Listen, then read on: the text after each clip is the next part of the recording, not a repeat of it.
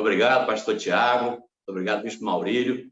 É uma honra poder estar aqui compartilhando algo da palavra de Deus com vocês. São experiências pessoais. Acho que cada um que vem a um local como esse, a um fórum como esse, traz a sua contribuição pessoal, traz aquilo que viveu. E eu gostaria muito realmente de poder ser útil de alguma forma a todos aqueles que estão ligados hoje nesse Zoom, tá? Mas, amados irmãos, antes de compartilhar a palavra de Deus, que Deus assentou no meu coração, eu gostaria de me apresentar, né? Eu sei que a maioria não me conhece, então eu sou o pastor Abner Bertoldo. Eu namoro a pastora Jacira Bertoldo há quase 50 anos.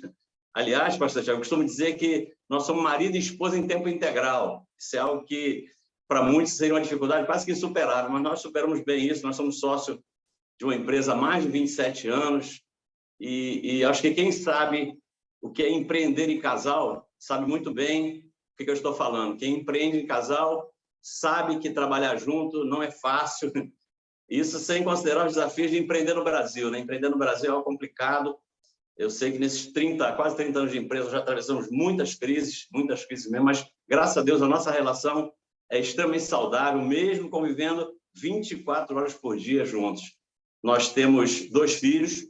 O nosso primogênito se chama Luiz Fernando, casado com Raquel. Eles são co-líderes do departamento de família ali na DEVEC do Recreio. E também são pais de Miguel e Vicente. Vicente ainda está no forno, ainda está sendo gerado ainda. E nós temos uma caçula, se chama Ana Clara. Ela é casada com o Cleiton Martins. Ela trabalha no Ministério Preciosos da Igreja Basta Atitude. E ele é produtor musical, graças a Deus, um produtor musical muito bem conceituado no mercado, respeitado no mundo gospel. E eles são pais da Luísa e do Pedro, que também ainda está no forno sendo gerado. E é por esse motivo que eu tenho muito orgulho, eu tenho o privilégio de dizer, eu e a minha casa servimos a Deus. Isso para mim realmente não tem preço, mas tem um valor muito grande ver que a família toda trabalha na obra, a família se empenha, se dedica, tem cada uma a sua vida secular, trabalha na obra de Deus, trabalha na vida secular e consegue administrar isso. Isso realmente é uma bênção, eu louvo a Deus por isso.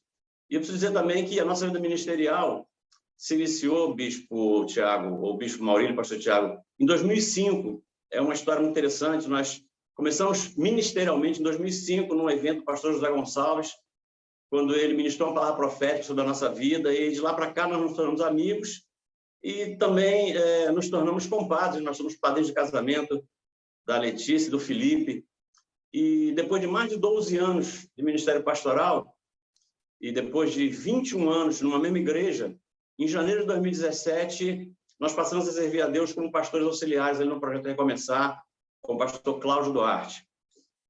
Bom, e refletindo sobre o que ministrar hoje, eu me lembrei de uma enorme crise, uma crise assim, muito grande ministerial, e era um tempo onde a gente ainda fazia seminário teológico, e eu confesso que passei muitos meses por essa crise, e depois de alguns meses, Deus me revelou qual seria a minha missão na obra, o que eu deveria fazer na obra, o que Ele esperava de mim na obra, e intercessão através de uma visão.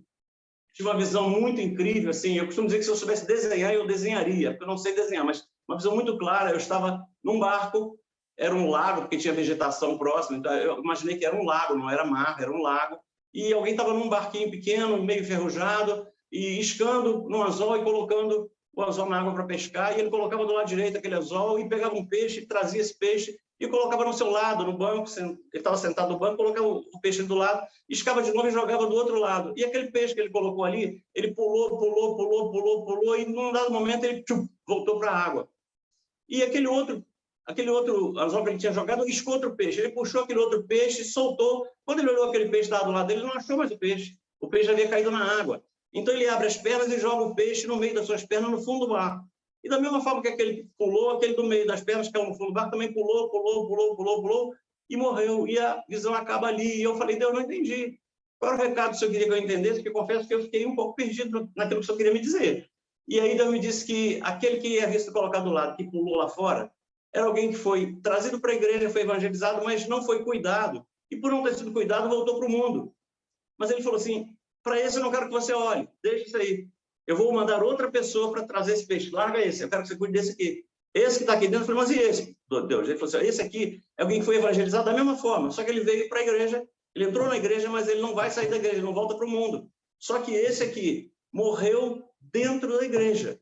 Então, eu quero que você olhe para aqui. O teu ministério é esse, o teu chamado é esse. Olhe para aqui, porque eu quero que você trate desse aqui. Porque a igreja não é depósito de salvos. Eu quero que você olhe para quem está na igreja e está morrendo na igreja. Então, a partir dessa visão que Deus me deu, eu me firmei, eu tive convicção do chamado, eu não fiquei mais em crise de ministério, e eu comecei a caminhar. E eu confesso, pastor Thiago, tenho tentado ser fiel a esse chamado. E para tentar ser fiel a esse chamado, eu tenho trabalhado muito sobre 3 relacionamentos que eu julgo serem os mais desafiadores de toda e qualquer família. Nós temos trabalhado muito na relação marido e esposa, temos trabalhado muito na relação entre pais e filhos, mas temos trabalhado muito, e ultimamente mais ainda, na relação da família com o dinheiro.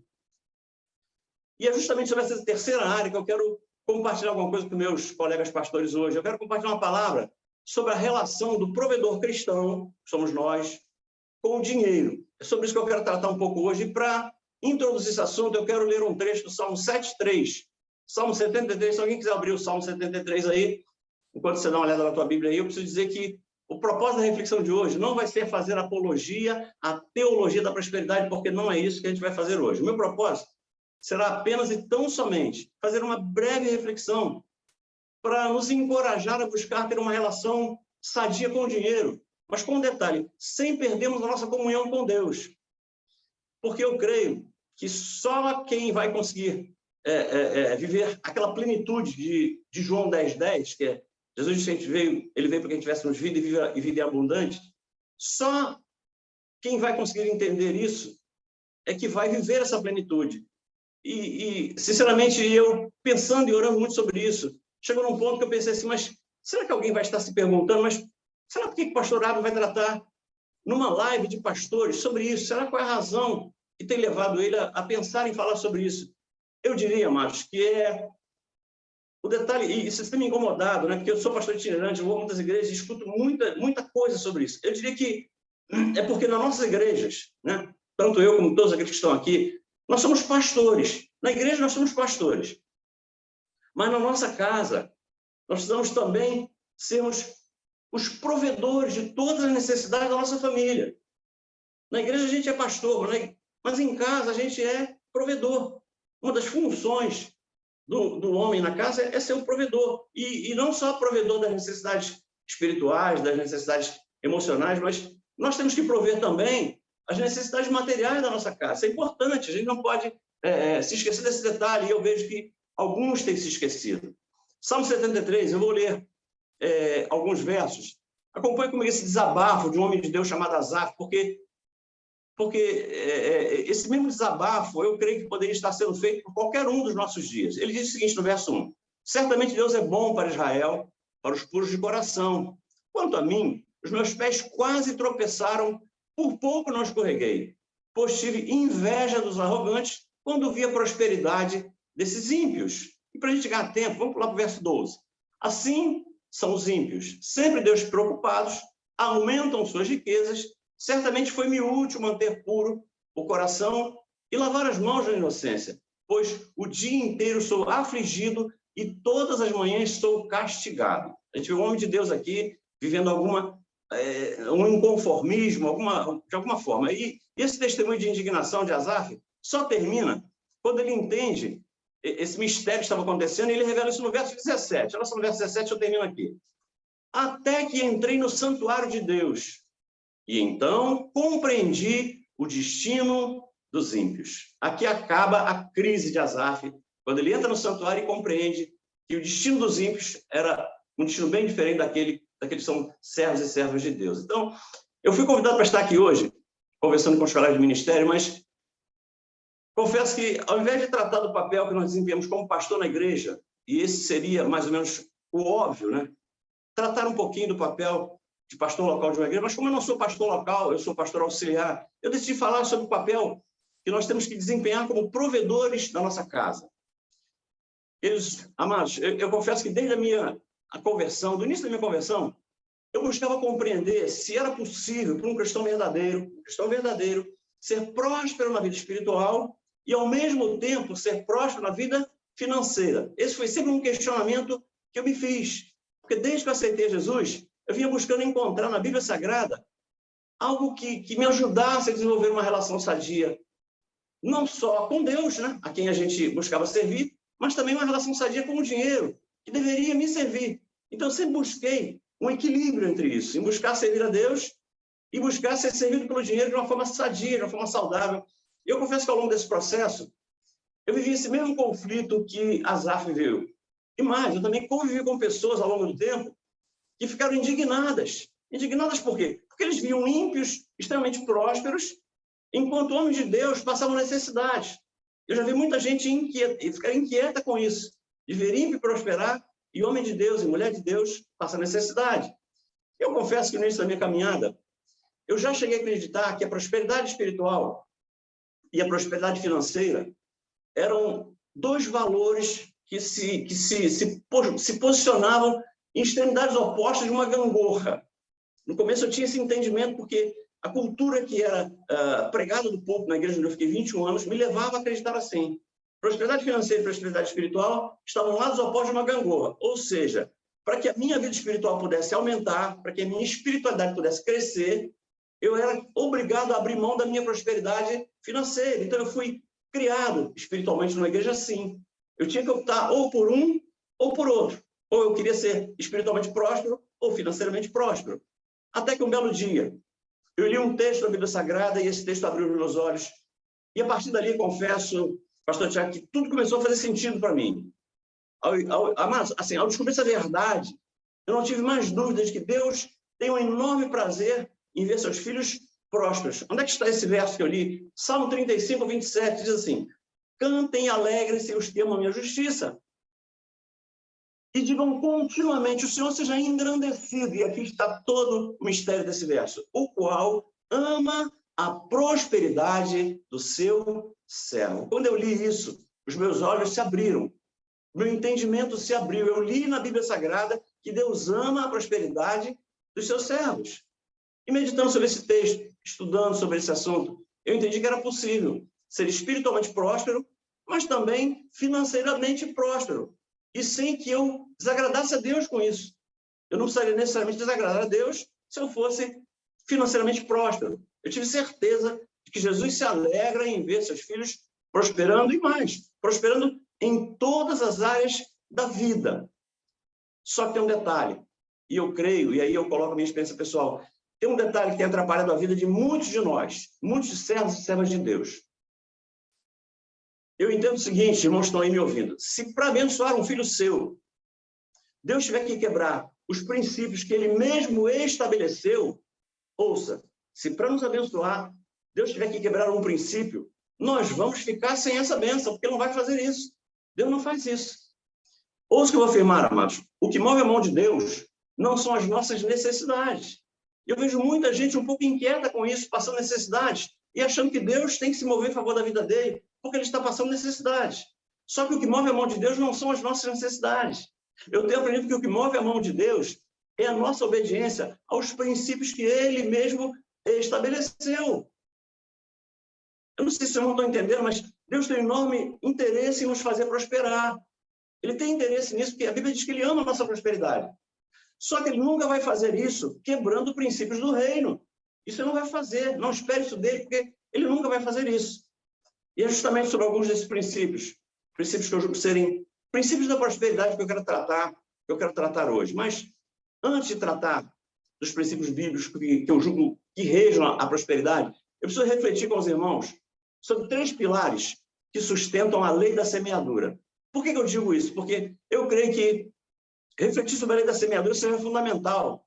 Eu creio mesmo que a lei da semeadura, ela possui nela uma chave poderosa para abrir a porta da prosperidade. O texto onde traz o que a gente convencionou chamar de lei da semeadura é o texto que está em Gálatas 6,7. Diz assim: não se deixe enganar, Deus não se zomba, pois o que o homem semear, isso também colherá.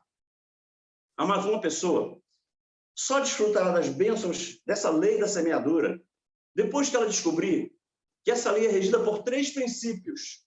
A lei da semeadura é regida por 3 princípios, 3 verdades absolutas, e eu vou rapidamente falar sobre cada uma delas. A primeira verdade é que eu só terei colheitas nas áreas em que eu semear. Por que isso é uma verdade absoluta? Porque toda semente já traz dentro de si as informações que vão dizer a ela o que é que ela tem que produzir. E alguém pode pensar, pastor, isso é óbvio. Mas isso é tão óbvio. Por que o pastor está falando sobre isso? Olha, eu tenho visto que, para algumas pessoas, isso não é tão óbvio assim. O que para alguns pode parecer óbvio, para outros eu acho que não, porque eu já vi igrejas semeando oração, esperando colher dinheiro. Amados, ouça, nós podemos ter uma terra muito bem regada, muito bem adubada pela oração, isso é positivo. Mas se lá embaixo daquela terra não houver uma semente, grave isso. A gente pode adubar a terra, regar a terra com muita oração, mas se lá debaixo da terra não estiver uma semente, não vai brotar nada. Não brota nada. Isso acontece com a vida de muitos irmãos. Quer dizer, eu costumo brincar dizendo que semear oração, se semear oração desse como colheita dinheiro, ninguém na igreja trabalhava, nem eu, pastor. Nem eu ia trabalhar mais, eu ia viver de joelho, orando o tempo todo. E não é assim que funciona. Então, o que eu aprendo com essa primeira verdade da lei da semeadura? É que para ser financeiramente próspero, eu vou ter que semear recursos financeiros, não tem outro jeito. Para ser financeiramente próspero, eu tenho que semear recursos financeiros. Mas tem uma segunda verdade, muito importante, da lei da semeadura. A nossa colheita, ela vai ser o resultado da multiplicação da nossa semeadura. E o que está embutido nessa revelação? Isso aqui também é algo interessante. Sempre haverá uma multiplicação daquilo que eu semear. Interessante que essa multiplicação vai acontecer independentemente da qualidade da minha semente. E por que eu estou dizendo isso? Porque os maiores problemas financeiros que nós enfrentamos não tem a ver com a quantidade da semente que foi semeada, e a gente acha que é por isso. Ouça, a maior parte dos problemas financeiros que nós enfrentamos não tem a ver com a quantidade de semente que foi semeada, mas sim com a qualidade da semente que nós semeamos. O problema está na qualidade e não na quantidade. O problema não se instala porque nós semeamos poucas sementes e muita gente se ilude achando que é isso. Aí eu semeei pouco, eu fritei pouco. Não. A maioria das vezes, os problemas ocorrem porque a gente semeia sementes erradas. E por que eu faço essa afirmação? Porque esse princípio de que a nossa colheita será a multiplicação da nossa semeadura, tanto pode ser algo extraordinário, e eu louvo a Deus porque muitas vezes é algo extraordinário realmente, mas pode ser um problema. Alguém pode dizer, por quê, pastor? Porque depende da qualidade da semente. Vai ser extraordinário ou vai ser péssimo, dependendo da semente que houver semeado. Ouça o que diz Oséias 8,7. Eles semearam vento e colheram tempestades. Então, ele semeia vento e não colhe vento. Ele semeia vento e não colhe brisa. Ele semeia vento e colhe tempestade. Por quê? Porque toda colheita, ela é a multiplicação de uma semente que houver feito. E o problema, pastor, é que nós nos enganamos achando que só a semente boa é que vai multiplicar. A gente se ilude achando que a semente ruim não vai dar colheita, não vai dar fruto. E interessante, sabe quando é que a gente sente na pele? Sabe quando é que a gente sente na pele? Vamos dizer assim, as consequências da falta desse entendimento? É quando a gente não entende por que uma pequena compra, mas que feita na hora errada, provocou um descontrole financeiro tão grande. E a gente fala assim, mas a compra foi tão pequenininha, por que eu me descontrolei tanto? É quando a gente não entende que por causa de um crediário de prestações tão baixinhas, a gente entrou num endividamento incalculável. Mas, poxa vida, mas a prestação era tão baixinha, por que o endividamento foi tão grande? Ou então, quando a gente não entende que, às vezes, faz um empréstimo de R$1.000, mas faz um empréstimo não planejado. E aí isso desestabiliza completamente a vida financeira da pessoa. Se eu tivesse que resumir essa segunda verdade da lei da semeadura, eu diria que, se nós semearmos uma boa semente, nós podemos aguardar por uma colheita excelente, extraordinária. Mas, se semearmos uma semente ruim, nós podemos estar certos que a colheita vai ser péssima, vai ser terrível. Por quê? Porque ela vai vir sempre multiplicada. E a terceira e última verdade, que está embutida na lei da semeadura, é que a colheita não é imediata, e às vezes a gente se ilude aqui, a gente erra aqui, porque aqui entra o fator tempo. O que esse terceiro princípio nos ensina? Se nós queremos colher algo diferente lá na frente, nós temos que mudar a qualidade da nossa semente o mais rápido possível. Porque entre a nossa semeadura, essa nova semeadura que a gente vai fazer, e uma nova colheita, sempre existirá um determinado período de tempo. E aí, quanto mais tempo nós demorarmos para trocar a qualidade das nossas sementes, mais tempo teremos que aguardar para colhermos aquilo que a gente quer. E eu acho que vale a pena, pastor Tiago, fazer um parênteses aqui, porque alguém pode estar vivendo isso. Mesmo depois, grave isso, meu irmão, mesmo depois de mudar a tua semeadura, talvez você ainda tenha que colher algo ruim como resultado das semeaduras que você fez lá atrás. Você já mudou as suas sementes. E muitas vezes eu não entendo, mas pastor, eu já mudei as minhas sementes. Passei a fazer tudo diferente, mas ainda estou tendo resultados ruins. E a gente não se dá conta de que passou muito tempo semeando sementes ruins e trocou a semente há pouco tempo e ainda não deu tempo daquela semente brotar e dar frutos. Então, a gente está colhendo frutos, na verdade, de sementes que a gente lançou lá atrás. Então, por isso, pode ser, meu irmão, que você ainda tenha que lidar por algum tempo com um cheque especial virado. Pode ser que por algum tempo você ainda tenha que lidar com um cartão de crédito estourado. Pode ser que por algum tempo você ainda tenha que lidar com o seu nome sujo. Mas uma coisa você pode crer, creia nisso. Se você passar a utilizar as sementes corretas hoje, a tua prosperidade vai se tornar realidade. Isso vai ser apenas tão somente uma questão de tempo. Amém? Até aqui? Posso continuar? Bom, feita essa longa introdução, eu gostaria de refletir com vocês sobre os 3 pilares que sustentam a prosperidade financeira. 3 pilares que sustentam a prosperidade financeira. O primeiro pilar que sustenta a prosperidade financeira é o trabalho. Isso aqui parece tão óbvio. Pastor, o que você vai falar disso é tão óbvio. Ah, mas eu preciso falar nisso tão rapidamente. Mas muito rapidamente eu preciso falar, porque a riqueza que é abençoada por Deus é aquela que é conquistada como resultado do nosso trabalho. E é a Bíblia que diz isso. A Bíblia faz um paralelo entre trabalho e riqueza. Provérbios 10:4 fala assim, o preguiçoso fica pobre, mas quem se esforça no trabalho enriquece. Então, primeiro pilar que sustenta a prosperidade é trabalho honesto, trabalho sério, trabalho dedicado. Segundo pilar, onde a prosperidade se apoia, ele é construído quando eu reconheço que Deus e somente Deus é quem tem me abençoado. Isso aqui tem feito a diferença para muita gente que crê em Deus e que anda segundo aquilo que ele mostra.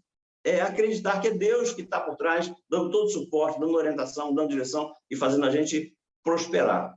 E uma pessoa só vai conseguir edificar esse segundo pilar na sua vida depois que ela entender que tudo aquilo que ela conquistou deve ser acreditado a Deus, ao Senhor. É o Senhor que fez, é o Senhor que ajudou, é o Senhor que deu realmente direção.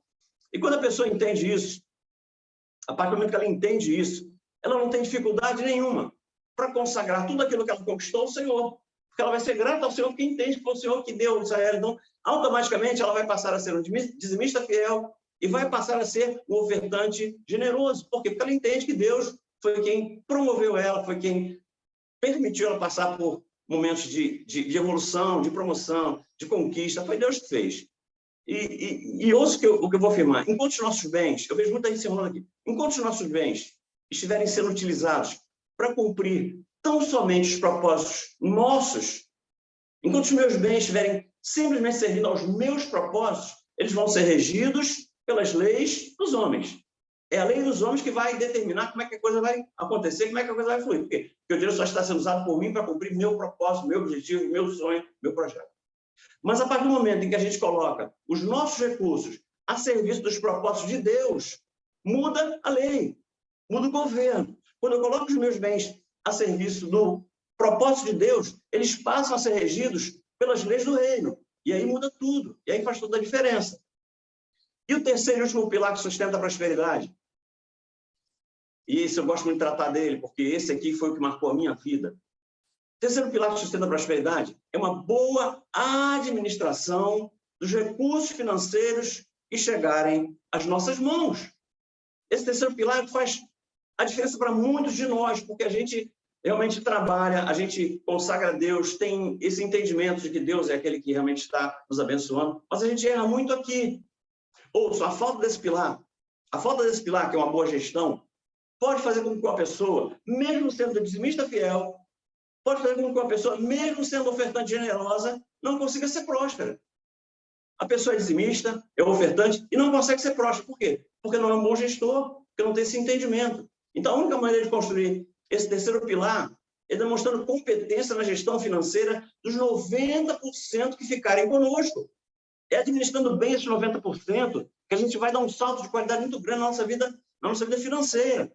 Porque, queridos, o maior problema que eu vejo com as pessoas que não conseguem erguer esse pilar é que elas já entenderam o cuidado que precisa ter na hora de escolher sementes que elas vão lançar. Elas já entenderam isso. Elas são cuidadosas, criteriosas. Ao lançar uma semente, elas são muito, vamos dizer assim, muito qualificadas e muito dedicadas. Mas elas não entenderam ainda, elas não se deram conta de que depois elas vão ter que demonstrar muita dedicação, muita competência para administrar a colheita que elas conseguirem fazer. Ou seja, aqui a gente erra muito, principalmente nós cristãos, temos, às vezes, um descuido muito grande com relação a isso. Ou seja, a gente tem entendimento para semear, a gente consagra as nossas finanças, os nossos bens a Deus, mas na hora de administrar aquilo que a gente tem conosco, aquilo que a gente conquistou, aquilo que a gente ganhou, a gente tem muita dificuldade. E perceba que muitos tentam justificar essa sua vida financeira desorganizada, usando como argumento o fato que eles ganham muito pouco. Pastor, a minha vida financeira é desorganizada porque eu tenho muito pouco, eu ganho muito pouco. Ou seja, por terem pouco para administrar, eles acham que isso é justificativa para se enrolar financeiramente, para não administrar bem a sua vida financeira. E eu percebo, pastor, que essas pessoas ainda não perceberam é que quando Deus diz que aquele que for fiel no pouco, ele colocaria, o próprio Deus colocaria sobre o muito, perceba como é que a gente entende errado esse verso. A Bíblia diz que aquele que for fiel no pouco vai ser colocado sobre o muito. Só que ele não estava falando, nessa hora, ele não estava falando, porque isso está na parábola, uma parábola que a gente conhece muito, que é a parábola a parábola dos talentos. Quando ele diz isso, ele estava dizendo que não, se você dizimar ganhando pouco, aí eu vou fazer você ganhar muito. Não é isso. Não é isso que ele estava dizendo. Não é para ser fiel na hora de dizimar, mesmo ganhando pouco. O que ele estava falando é que nós temos que ser administradores competentes dos 90% que ficarem conosco. A parábola dos talentos não trata dos 10% que nós entregamos a Deus. O contexto da parábola dos talentos, ela trata dos 90% que ficam com a gente. Meu irmão e minha irmã, considere isso. Ouça, tem gente que ainda não está colhendo a 100 por 1. Grave isso. Tem gente que ainda não está colhendo a 100 por 1, porque não consegue ainda administrar bem os 30 que ela está colhendo. A Bíblia diz que você pode colher a 100, a 60 e a 30 por 1. Então, você não está colhendo ainda a 100 por 1, porque você não aprendeu a administrar os 30 que você tem colhido. Quem sabe, se quando demonstrarmos competência para administrar 30, Deus não nos permita colher 60, ou quem sabe colher até 100. Mas para poder ele permitir isso, eu tenho que mostrar que eu consigo administrar 30. É mais ou menos esse o contexto da parábola dos talentos. E se alguém aqui ainda não se vê como uma pessoa bem resolvida nessa área, eu quero deixar aqui um pouco da nossa experiência pessoal. Eu aprendi com as nossas próprias crises que aquele que perdeu o controle da sua vida financeira só vai conseguir recuperar esse controle a partir do momento em que ele decidir montar um orçamento doméstico. Querido, grave isso. Se a tua vida financeira é boa e você não tem, glória a Deus por isso. Mas se a tua vida financeira está desarrumada, descontrolada, eu só vejo uma maneira de colocar a vida financeira em ordem, é fazendo um orçamento doméstico. Nós vamos ter que conseguir controlar melhor as nossas receitas e as nossas despesas. Eu só conheço uma maneira de montar um orçamento doméstico confiável. É buscando identificar de forma clara, de forma precisa, todas as nossas receitas e todas as nossas despesas. E aqui eu acho que entra um fator aqui extremamente desafiador, e eu acho que até para a maioria de nós, porque a gente sabe muito bem quanto a gente ganha. A maioria de nós sabe claramente quanto a gente ganha, mas não tem a menor ideia nem de onde e nem de quanto a gente gasta. A gente sabe quanto ganha, mas onde gasta, quanto gasta, a maioria de nós não sabe. Queridos, assim como a prosperidade, grave isso, assim como a prosperidade é o resultado de um longo período de despesas menores que receitas, o endividamento é o resultado de um longo período de despesas maiores que receitas. A prosperidade vem dessa equação entre ganhar com competência e gastar com responsabilidade. É daí que vem a prosperidade. E o grande complicador é que nós temos muita dificuldade para aceitar que nem sempre a nossa crise financeira vai ser evitada ganhando mais. Porque a tendência normal de um ser humano, quando vê qualquer desequilíbrio financeiro, é pensar, é avaliar, é buscar uma maneira de ganhar mais. A pessoa está sempre querendo ganhar mais, e não considere, não avalia a possibilidade de gastar menos. Eu sei, amados, que reduzir despesas não é confortável. E não é confortável para ninguém. Mas, na maioria dos casos, onde a crise financeira está às portas, ela vai ser necessária. Ouçam, se nós respondêssemos a 3 perguntas, antes de efetuar qualquer compra, eu creio que ninguém ficaria endividado. Se nós parássemos para, antes de fazer qualquer compra, responder 3 perguntas, ninguém ficaria endividado. Primeira pergunta, eu preciso disso? Porque hoje, o que a gente compra sem precisar é uma grandeza. O que você tem que responder não é se está na promoção, se está na liquidação, se compra um ganhador, não é isso. A primeira pergunta que a gente tem que fazer é, eu preciso? Porque eu tenho dito o seguinte, comprar o que a gente não precisa, mesmo que esteja na promoção, é caro. Então, a gente tem que comprar aquilo que precisa. Então, respondeu a pergunta, não preciso, não compre. Se você não precisa, não compra. Ah, mas está barato, está na promoção, não compra. Segunda pergunta, antes de comprar, além de responder que preciso, é o seguinte, isso que eu estou precisando está dentro da minha realidade financeira do momento. Ou seja, aquilo que eu estou precisando, e eu sei que estou precisando, está dentro da minha realidade financeira hoje. Porque se não tiver, não adianta. Eu posso estar precisando, mas se não estiver dentro da minha realidade financeira naquele momento, eu não vou comprar. Ah, mas eu estou precisando. Amém, tu está precisando, mas se não está dentro da tua realidade, você vai se enrolar. Então, ah, não, pastor, está dentro da minha realidade. Eu compro, muitos compram. Mas sabe onde é que eles erram? O camarada chega com o liquidificador em casa e fala para a esposa assim, olha, vem comprar um liquidificador. Ela fala assim, por quê? É porque estava queimado o nosso. Nosso liquidificador queimou e eu comprei. Comprei o liquidificador novinho aqui. Ela fala assim, mas tem tanta coisa para fazer antes de comprar o liquidificador que eu não compraria nunca. Agora eu compraria, sabe o quê? Uma máquina de moer carne, eu compraria uma batedeira de bolo, que está mais na frente disso. Então, em família, vamos entender qual é a prioridade. Vamos entender o que é a prioridade. Então, eu vou comprar, se eu estiver precisando, se estiver dentro da minha realidade, e eu vou comprar o primeiro item da minha lista de prioridades. E aí sim eu vou estar fazendo algo que vai ajudar a botar em ordem a minha vida financeira. E eu concluo aqui, dando um testemunho, porque eu acho que é importante. Amados, eu sou cristão desde 1995. Em 95 eu me converti, eu e minha esposa começamos a caminhar. E logo de cara, na primeira semana, no primeiro mês, nós entendemos que precisaríamos ser dizimistas fiéis e ofertantes generosos. Nós entendemos isso logo, muito rápido. E a gente começou assim. Só que mesmo assim, mesmo sendo dizimista fiel e ofertante generoso, a gente vivia uma vida financeira desastrosa. Nossa vida financeira sempre foi muito complicada. Eu costumo dizer que se não houvesse um instituto do cheque especial, a nossa conta nunca fechava. Nossa vida financeira sempre foi... E olha só que eu estou com 66, eu trabalho desde 18. Mas a minha vida financeira sempre foi muito desarrumada, mas muito desarrumada. Até que, em 2009, eu ouvi uma palavra, o pastor Marco Abud, interessante, como é que Deus faz? Pela internet. Ele não estava nem na minha cidade. Aquilo veio como uma flecha, aquilo veio como uma espada, veio como uma faca de 2 gumes, entrou no meu coração, e ali naquela palavra, Deus me revelou onde é que eu estava errando. O que eu estava fazendo que não estava permitindo que eu fosse próspero, porque eu era dizimista, eu era ofertante, mas a minha vida financeira era o caos. E eu entendi que eu errava nesse terceiro pilar.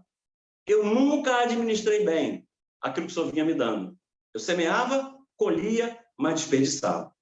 Então, por isso que eu entendo assim, entendeu? Eu entendo que para que a gente tenha uma vida financeira próspera, eu preciso semear, eu preciso ter um entendimento de que é Deus quem faz tudo, tem que trabalhar muito com afinco, com dedicação, tem que me preparar, porque eu vejo muita gente reclamando que o mundo não nos dá nenhuma oportunidade. Canso de ouvir isso. Como empresário, então, eu ouço muito. Ah, mas a vida não me dá oportunidade. O que eu percebo é que tem poucas pessoas dispostas a provar, a mostrar por que merece a oportunidade. Porque tem muita gente aí querendo dar oportunidade a muita gente, mas não encontra quem dá. Então, nós temos que nos preparar muito bem, sermos dedicados naquilo que fazemos, nós temos que ser bons em alguma área do conhecimento. Ponto. Depois temos que ser fiéis no dízimo, na oferta, temos que semear com bastante generosidade, temos que dizimar com fidelidade, mas se nós não formos bons administradores, daqueles 90% que ficarem conosco, a gente vai ser sempre uma pessoa, vamos dizer assim, inconstante financeiramente, vai ser sempre uma pessoa que vai ter dificuldade em ter uma vida próspera, porque eu vejo muito isso nas igrejas, e eu tenho falado muito isso nas igrejas, tenho ministrado sobre isso nas igrejas, e eu vejo o quanto essa palavra de esclarecimento tem feito a diferença para muita gente. Muitos testemunhos são dados de pessoas que não tinham esse entendimento, que passaram a ter a partir do momento que viram que erravam aí, que esse era a grande dificuldade dela era essa, entender que se não administrar bem os 90% são nossos, nós nunca seremos prósperos. Amém, pastor Tiago? Muito bom, eu estou aqui impactado com essa palavra e não estou, gente, pensando, alguém deveria ter ouvido isso, eu deveria, você deveria ter ouvido isso. Deus trouxe o pastor Abner aqui para confrontar, ensinar e mexer com a gente, porque Deus está disposto, sem dúvida, a nos entregar mais, e isso depende da nossa administração. Eu já fiz em vários estados um seminário, depois que Deus me curou, eu sei que com 3 meses que eu vi a palavra, eu terminei com as minhas dívidas, com 6 meses eu estava fazendo uma economia, com 1 ano Deus falou assim, agora você vai preparar alguma coisa para ministrar na minha igreja. Então, eu preparei um seminário de 3 dias, onde a gente trata no primeiro dia como viver a verdadeira prosperidade, no segundo a gente trata sobre a relação entre Deus, família e dinheiro, e no terceiro sobre economia doméstica. Eu tenho feito seminário em muitas cidades, e o que eu tenho recebido de testemunho de pessoas que foram transformadas é algo assim tremendo. Esse seminário de 3 dias tem feito a diferença para muita gente, para muitas igrejas, né? Então eu louvo a Deus por isso. Vamos orar então? Vamos falar com Deus, pedir para que Ele nos torne prósperos, que a nossa prosperidade chame a atenção do mundo para a vida daqueles que servem a Deus. Senhor Deus, Pai querido, te damos graça, te louvamos e bendizemos. Sabemos o quanto é importante, Pai, para a tua casa, para a tua obra, para o teu reino, os recursos financeiros. A tua palavra diz que o vinho vem para alegrar, né? Mas que tudo isso é feito com dinheiro. Então nós precisamos do dinheiro para tudo. Nós não podemos ser escravos dele, mas ele como o Senhor, ele é péssimo, mas como escravo ele é necessário. Que nós possamos entender a nossa relação com o dinheiro e que possamos, a partir desse momento, começarmos a dar saltos de qualidade muito grande na nossa vida financeira, que a nossa família possa ser uma família próspera, que a nossa vida possa inspirar outras pessoas a quererem servir o Deus que a gente serve e que o aspecto financeiro da nossa vida possa ser um marco, possa ser um diferencial, que nós não envergonhemos o Evangelho com um testemunho ruim nessa área, porque eu sei o quanto isso atrapalha a que pessoas te conheçam, a que mais pessoas te busquem, que nossos servos e servas, seus pastores e pastoras possam ter sempre uma vida financeira muito bem equilibrada, que possam ter a sua vida financeira sob controle e que tenham realmente um testemunho para dar daquilo que o Senhor tem feito na vida deles. Eu profetizo prosperidade sobre a vida de todos aqueles que participaram conosco dessa live e que em tudo o nome do Senhor possa ser glorificado ainda mais na vida dos seus pastores e pastoras. Te damos graça, louvamos e bendizemos, nós conhecemos o Deus a quem servimos, nós já te agradecemos. Deus, muito obrigado. Assim oramos, em nome de Jesus. Amém e amém.